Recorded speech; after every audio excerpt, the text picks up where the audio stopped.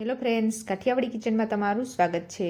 તો શું તમને મોમોઝ વાળતા નથી આવડતું? તો તમે એકવાર આ રીતે ઘૂઘરાના શેપમાં મોમોઝ જરૂર ટ્રાય કરજો। ઘૂઘરાના શેપમાં તમે વેજ મોમોઝ બનાવશો તો મોમોઝ છે તે દેખાવમાં ઘૂઘરા જેવા લાગશે, ટેસ્ટ મોમોઝનો લાગશે। તો વેજ મોમોઝ અને મોમોઝની ચટણી બનાવવા માટે સૌપ્રથમ ઇન્ગ્રીડિયન્ટ જોઈ લેશું। તો બધા કહેતા હશે કે મોમોઝ છે તે આ રીતે ના બનાવાય, આવી રીતે બનાવાય છે, સહેલી રીતે બની જાય। તો જે લોકોને મોમોઝ છે તે વાળતા નથી આવડતું તેના માટે આ રીતે ઘૂઘરાના શેપમાં મોમોઝ બનાવ્યા છે। તો મોમોઝનું ઉપરનું પડ બનાવવા માટે લોટ બાંધી લેવાનો છે। તો તેના માટે 300 ગ્રામ મેંદાનો લોટ લીધો છે, 1 ટેબલસ્પૂન તેલ લેવાનું છે, ટેસ્ટ અનુસાર નિમક અને 1 વાટકી પાણી લેવાનું છે।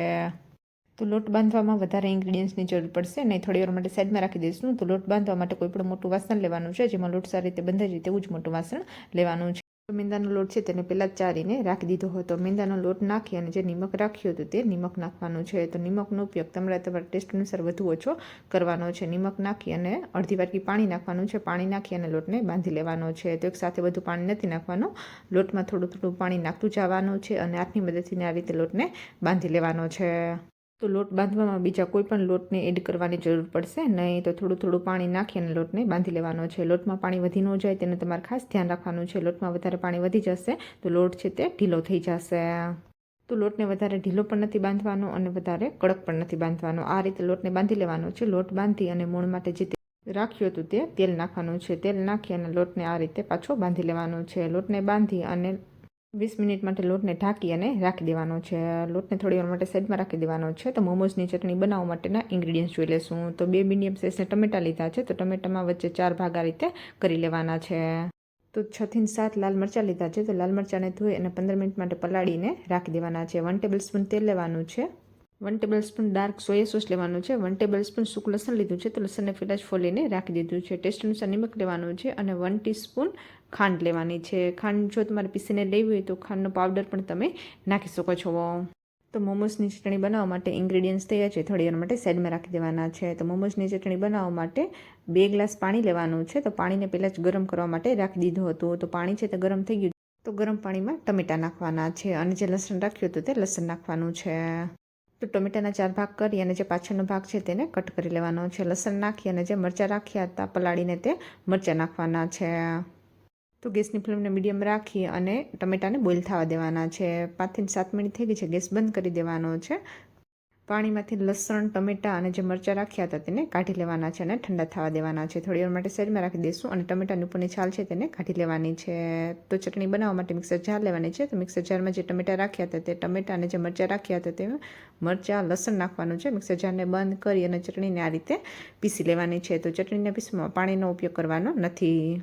તો મોમોઝની ચટણીને વઘારવા માટે ગેસ ચાલુ કરશું, પેન મૂકશું અને પેનમાં જે તેલ રાખ્યું હતું તે તેલ નાખવાનું છે અને તેલને ગરમ થવા દેવાનું છે। તેલ ગરમ થઈ જાય તો જે ચટણી પીસીને રાખી હતી તે પીસેલી ચટણી નાખવાની છે અને ચટણીને આ રીતે હલાવતું રહેવાનું છે। ચટણી બળી ન જાય તેનું તમારે ખાસ ધ્યાન રાખવાનું છે।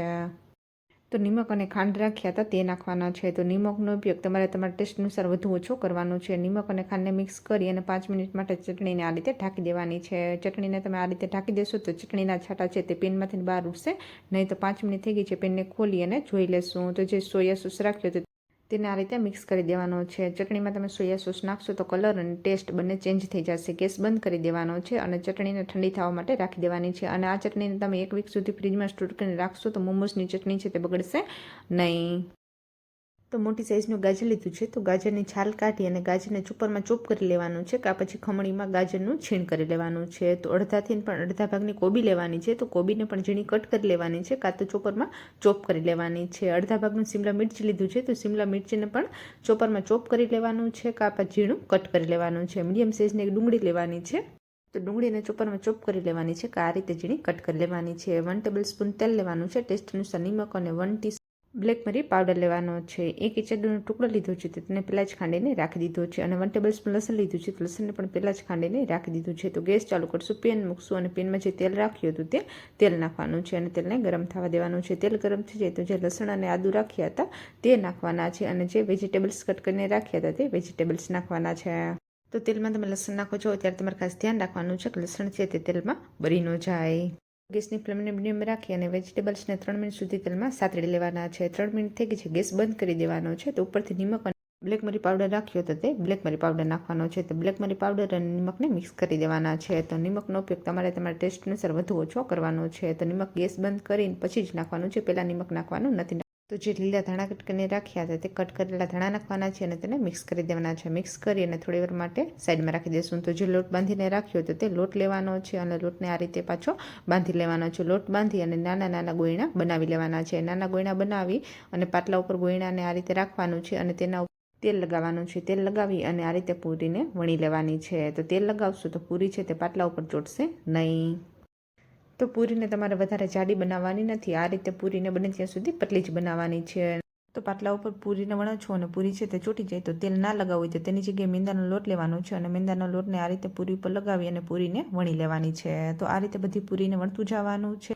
તો પૂરીને વણી અને ઘૂઘરાનું જે મોલ્ડ આવે છે તે મોલ્ડ લેવાનું છે. તેને સાફ કરી અને આ રીતે વણેલી પૂરી મૂકવાની છે. પૂરી મૂકી અને જે સ્ટફિંગ રાખ્યું હતું તે ઠંડુ થઈ ગયું છે તો સ્ટફિંગ નાખવાનું છે.